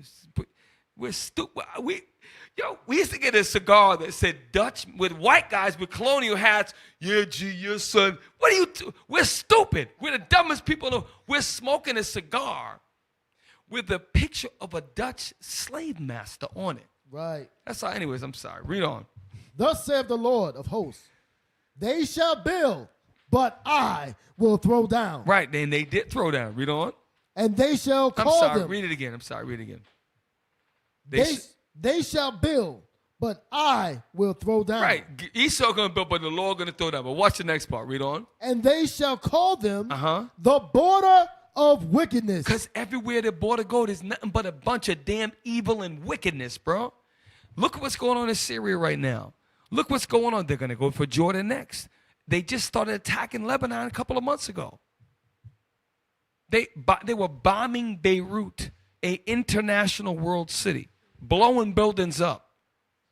If that's not talking about Esau, who is it? Job 9:24. Go back to Colonel McGregor, and then we're gonna close out in about 15 minutes. It's about to get heavy.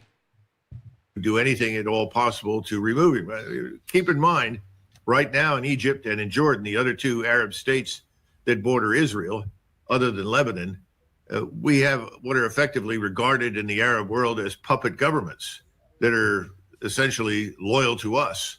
We buy them. In fact, this morning I discovered that a $900 million check from the U.S. Treasury just arrived this morning in Jordan. The Jordanian government will obviously be very grateful for that. We have been renegotiating the debt that Egypt has. In other words, we have bribed people in those places. We bribed people all over the world, but specifically in those places to keep them on side when it comes to Israel.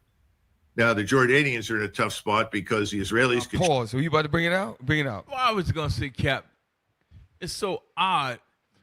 If we mention reparations, or anything, build our schools up, anything, it's like, why are y'all asking us for money? But over there, we just pouring out money to the Israelis. What did they do to deserve money? Obviously, it's all about the interest for the materials and stuff in the area. To your point, man, when in our reparations, which God is going to give us reparations, but the fact that you have gotten, and this is not emotional, this is not a, let's just look logically. How do you get to the industrial revolution in this country? Meaning the cotton gin, all the things that created change. How do you get to that point in the late 1800s, 1900s? It's because you had hundreds of years where you did not have to pay your employees, which that's a terrible word. Your forced employees who you raped, robbed, murdered, brutalized, damn near starved to death, gave the lowest quarters, whipped their backs, chained them, broke their language, stole their nationality, stole their history, stole their dignity, took everything from them. And you think that we can't, and I don't agree to it, but I understand why black people can ask for reparations. And if anybody has the right to ask for reparations, it should be black people. Now, I don't agree that we get reparations, because guess what? If we got the money from them, we still wouldn't change. We would still be in adultery. We would still be in fornication. We would still be in eating the swine and doing all this evil. So the only reparations, we got to get right with God, and the Lord going to fight our battles. And so this is the difference between us and the black people of the world. We actually believe that our enemies have an interest to actually help us. When they put us in slavery to destroy us, and they created black codes and Jim Crow, and now even today with Planned Parenthood and all the other things that kill our children, you actually think that just because you can drink at the same water fountain and sit at the same part of the bus, that they actually love your black ass. You Right. stupid as hell. Okay? Doesn't mean you shouldn't be nice to them. Because guess what? I could be nice to a snake. Hey, listen, that's a snake right there. I got to respect. It's a snake. But I'm not going to go to dinner with a snake. That's a snake. I could be nice. Hey, how you doing, Mr. Snake? I got to work around you. I'll get too close. I'll be respectful to you. You got to know who your enemy is. And that doesn't mean that the Lord can't put it in the spirit of an Edomite or a Moabite to really bless you and really be really nice to you. It don't change the prophecy, though. Okay? You want to bring it out. Somebody's going to bring something Yes, out. sir. Yes, sir. I just wanted to, because Colonel McGregor was mentioning something about, all of these nations and everything that's been involved and they're benefiting from the U.S. And I wanted to get Revelations chapter 18 and verse 3 to, kind of tie in about, what's being said and how the Bible actually said that this was going to happen. Can I get that, please? The book of Revelations, chapter 18, verse 3. For all nations have drunk of the wine of the wrath of her fornication. It said, how many nations? For all nations have drunk. All the nations have drunk of the wrath of her fornication. Come on. And the kings of the earth have committed fornication with her. And they have committed fornication. They've gone to bed with America. They have gone to bed with America. Just like is mentioned in Micah 2:11 when it's talk about the wines and the falsehoods. They have come together. Like it's mentioned in Psalms. They are confederate with the U.S. They have all come together to go against God's chosen people. So just best believe that this information that is being brought out, like it said in Mark chapter 13 and verse 33, make sure you watch and pray, because all of this is happening for the salvation of God's chosen people. Right, and that Revelation 18 is heavy. Because bishops talk class after class about that, because in Isaiah 14, guess what's going to happen? All of them that they was in bed with him spiritually, right. And there's a thing called he's in bed with this and the sweetheart deal and all of that. If you got a check for 900, which is 100 million short of $1 billion, and my government's struggling, and I get a check for $900 million, and if you're not a strong Arab, I don't know, I don't see nothing. Right. And that can help their people. And so their mind like, well, I'll stay out of America's way as long as they don't come over and bother me. But what they don't understand is that they are coming for you next. Okay? That's a hell of a scripture.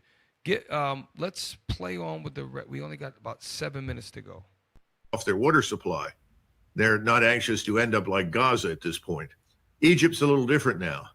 And the Egyptian population there is very angry. We should come back to that, because what happens in Egypt is very important, and you could see something similar to what has happened in Syria happen in Egypt.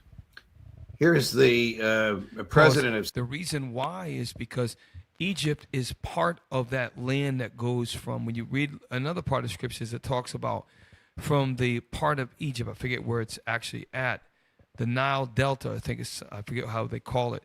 That's part of what Netanyahu is trying to accomplish. So when McGregor just said what could happen in Syria can also happen in Egypt too, and in Jordan. And if you go back, pull the map of the Middle East up real quick. We might not get to everything tonight, but this is going to happen. Okay? Syria just fell. So Syria is the orange. Okay? Thank you. Syria is the orange. Lebanon, they already started fighting Lebanon. This Israel.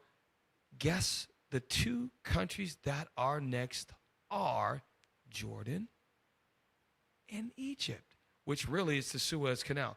What they want is from the Nile River, the area where the Suez Canal, the other side where the Delta is, they want all of that, all the way to the Tigris Euphrates. And by the way, that includes parts of northern Saudi Arabia as well. They're not, and it does include parts of Iraq, like obviously Yasser was saying. It includes parts of Iraq as well. So again, they already weakened Iraq. Syria just fell. They're already fighting Lebanon. Jordan, they just gave them almost $1 billion, McGregor just said. And Egypt is a big country, but guess what? They already started to topple them years ago. In the 70s, they were beefing with Egypt. Anyways,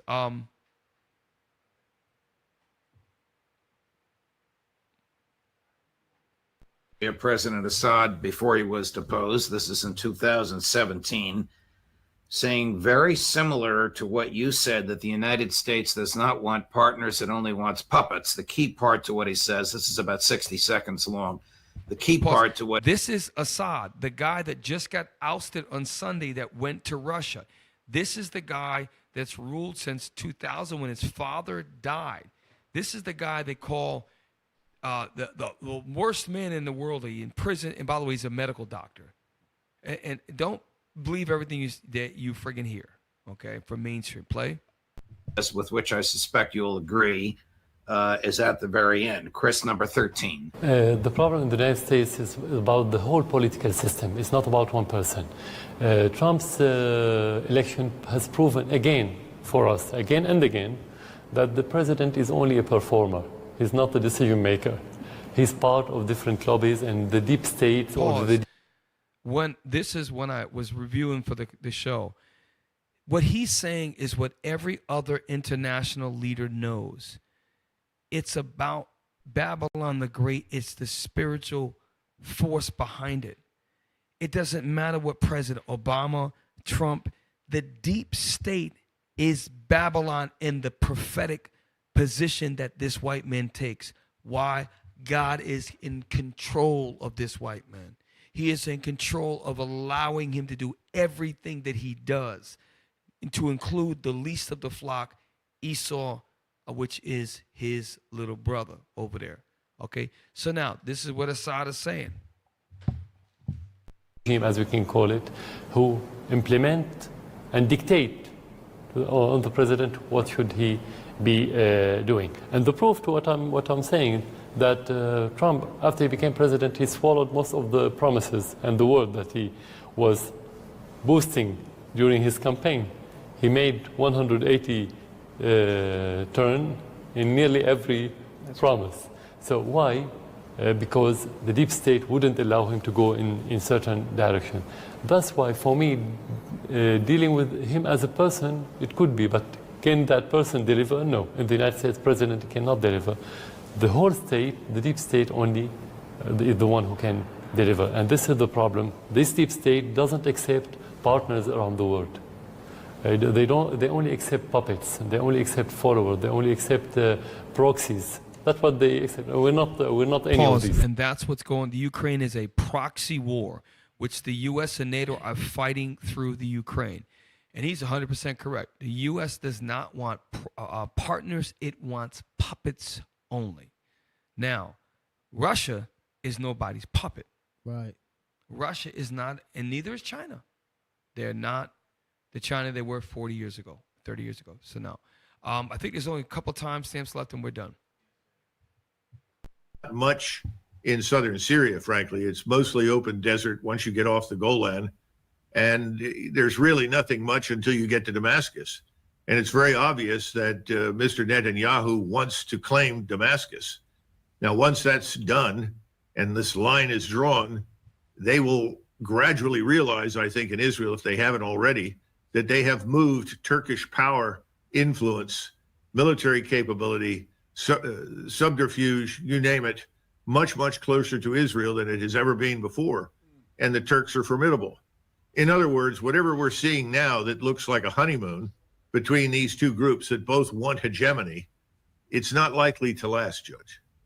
Colonel, is there any moral or legal justification? Now, I suppose I could stop there and you'll say, Judge, the intelligence community, the deep state doesn't care about morality or law, but is there any moral or legal justification for American warplanes bombing military assets in Syria, the American government funding the terrorists, the jihadists that took over Syria? Is there even the remotest concern for American national security, or is all of this because of our obeisance to Israel? Well, I think most of it is Israeli connected. There's no question about it. We have supported Israel, and for many good reasons over many decades. The idea of supporting Israel now in this larger land grab, that's another matter entirely. That always is fraught with problems, as we've seen in previous wars. That's why I don't think this is the end of something. I think this is the beginning of something very new that's ultimately going to come crashing down on all of us.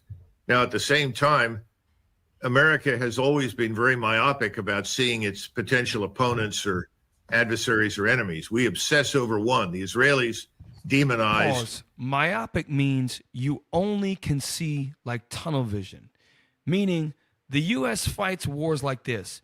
In World War I, we must destroy, was it Germany? And then World War II, Germany rose up again, and this time more powerful. We must destroy Korea, enemy.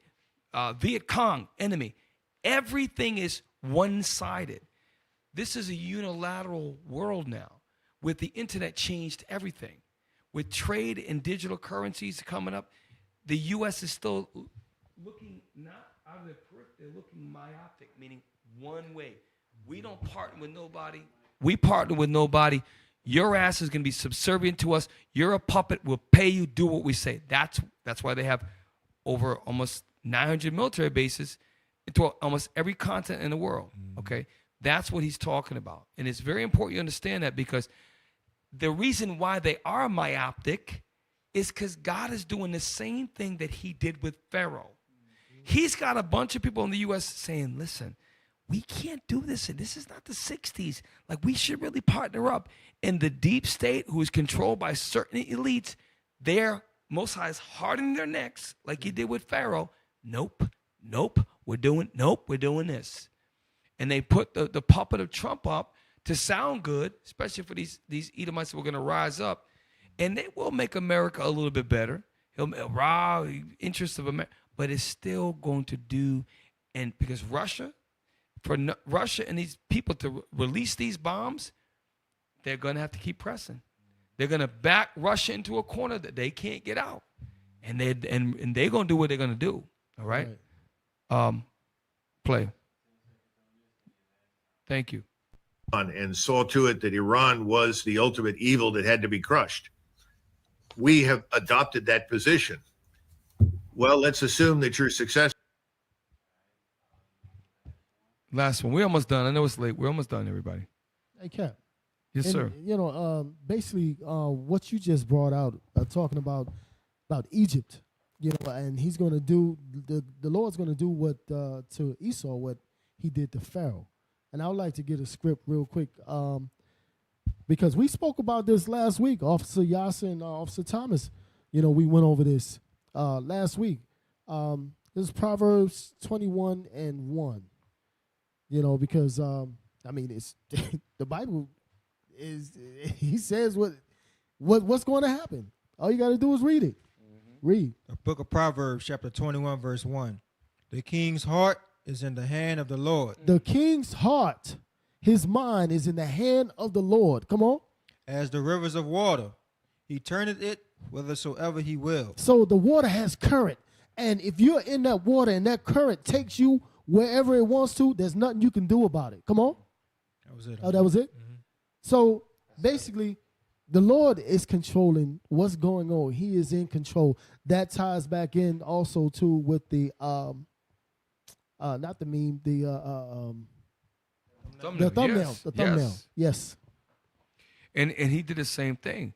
Pharaoh's advisors, like your Pharaoh, you know that they had frogs come out the river. You know that he killed a lot of us. Like, yo, they're in the sea. We should probably turn around. No, onward. We got to get them. All that time, the Lord was behind that. So for Russia to have, if you really think about it, right? For a white country like the United States of America, the people of power, the people that they care about, who are true citizens, who they honor and respect, right? Not black people, like not us, not Hispanics, the Israelites. In Russia, the people that they're in power over there are white people. For God to use, you would think at one point the U.S. would be like, nah, those are our brothers over there. There's 140 million Russians. They got nukes. We got nukes. Now we got it. The Lord is going to allow their hearts to be so hardened where somebody is actually going to be like, Mr. President, we've got 15 seconds. Mr. President, is it plan B or plan A? Mr. President, you have to make a decision, Mr. President. Which button you going to press, Mr. President? And they don't just launch one nuclear bomb. Once a bomb gets launched, it's over. It's over. We showed you the Trident II missile. It is over. If Russia launches one, the U.S. is going to lose 15. And Russia's not going to just lose one. They're going to blow up everything. And even if one nuclear bomb hits each country, it will be a devastating, because they're not going to shoot it for North Dakota. They're going to shoot it at D.C. They're going to shoot it at New York. They're going to shoot it somewhere major. And we would shoot at Moscow or St. Petersburg. We're going to cripple the major capital areas. Once you do that, guess what? It's over with. It's over with. Last time and we're done. I don't know whether or not everyone is aware of it, but the spokesperson in Moscow, this very striking lady who speaks beautifully, she announced today that all Russian citizens have been urged to leave the United States. Pause. There are thousands of Russians here in this country. Their country is saying, you need to come home. Why? Because why would he say that? Well, number one, it's because they may start corralling them in and questioning them. But number two, if there's a war and they start shooting those Earthnik missiles over here, the hypersonic ones that can do conventional warheads, they want to protect their citizens. Last article, we're closing out. I got an article to prove that. There's an article, it says about Russian, number 6 or 7, I think. Yes, number 7. We'll close out here. Captain Zakar and them started late. We started a little bit later. We're going to keep it. Again, another fairly good source, y'all. This is from, I think, yesterday or today. Okay, read that, Solomon, please. Russia tells citizens not to travel to United States. Russians should also avoid heading to Canada and most EU states, warns Moscow's foreign ministry. So not just the U.S., but also in Europe. Why? Because they can reach France, England, and other countries with non-nuclear hypersonic missiles. Read on. Russia has warned its citizens not to travel to the United States and other Western countries, claiming they could be hunted by the authorities in those states. Ministry of Foreign Affairs spokeswoman Maria Zakharova issued the warning in a news briefing on Wednesday. That was yesterday. That was what McGregor was talking about, the lady who speaks very eloquently. Saying Russians could be caught in the crosshairs of perilous relations with the U.S. Trips to the United States of America, privately or out of official necessity, are fraught with serious risk, she said, describing U.S.-Russia relations as on the verge of rupture. You know what a rupture is? If you have like a blood blister, you ever had a blister on the bottom of your foot or your hand? It just gets larger and fills with pus, and when it just everything just blurts out.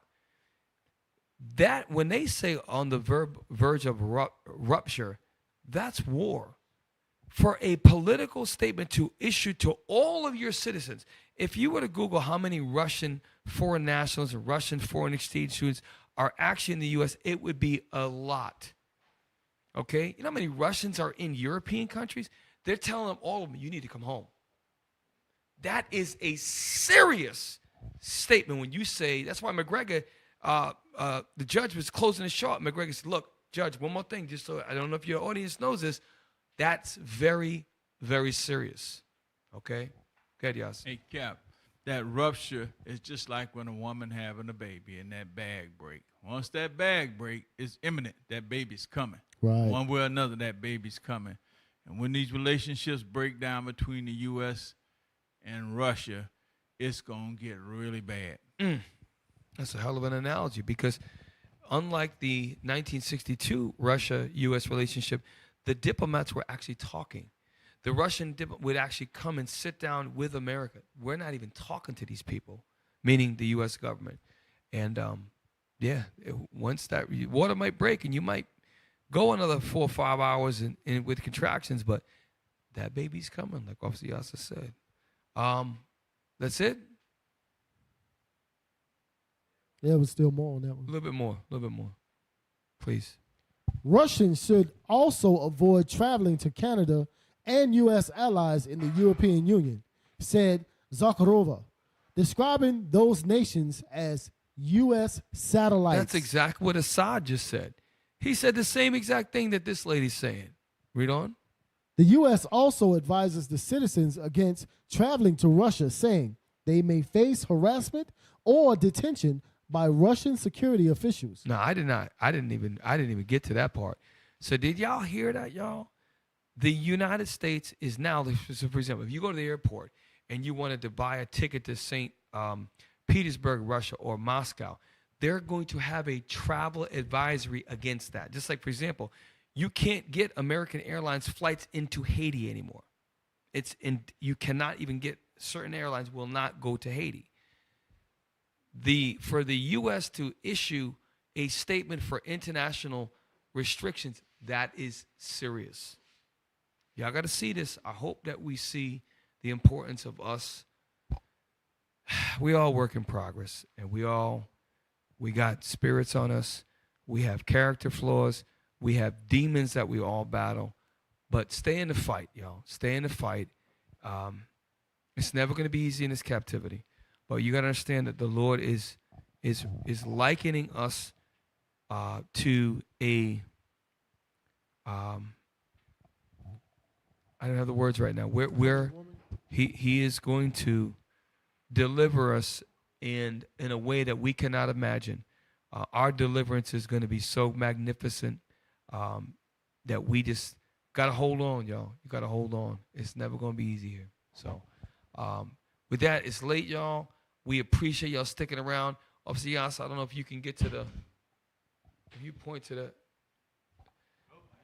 if you go, there we go. Right above Officer Yas's below, there we go. The PayPal. Donate to the Booster Club, y'all. We've got the mighty bishops, deacons, and captains and officers traveling all around the world to the Pacific, okay, all the way, almost every continent we're at. And please, without your support, your continued support, it doesn't happen. So the Lord is using y'all to help the gospel move forward. So we appreciate y'all and value and pray that the Lord keep that spirit on you, who may not even go to an IUIC school because you might live 3-4 hours away, but you are doing so much to help push this truth. So keep that cheerful giving spirit, okay? All praise to the Most High. So with that, we're precept upon precept, and we say shalom.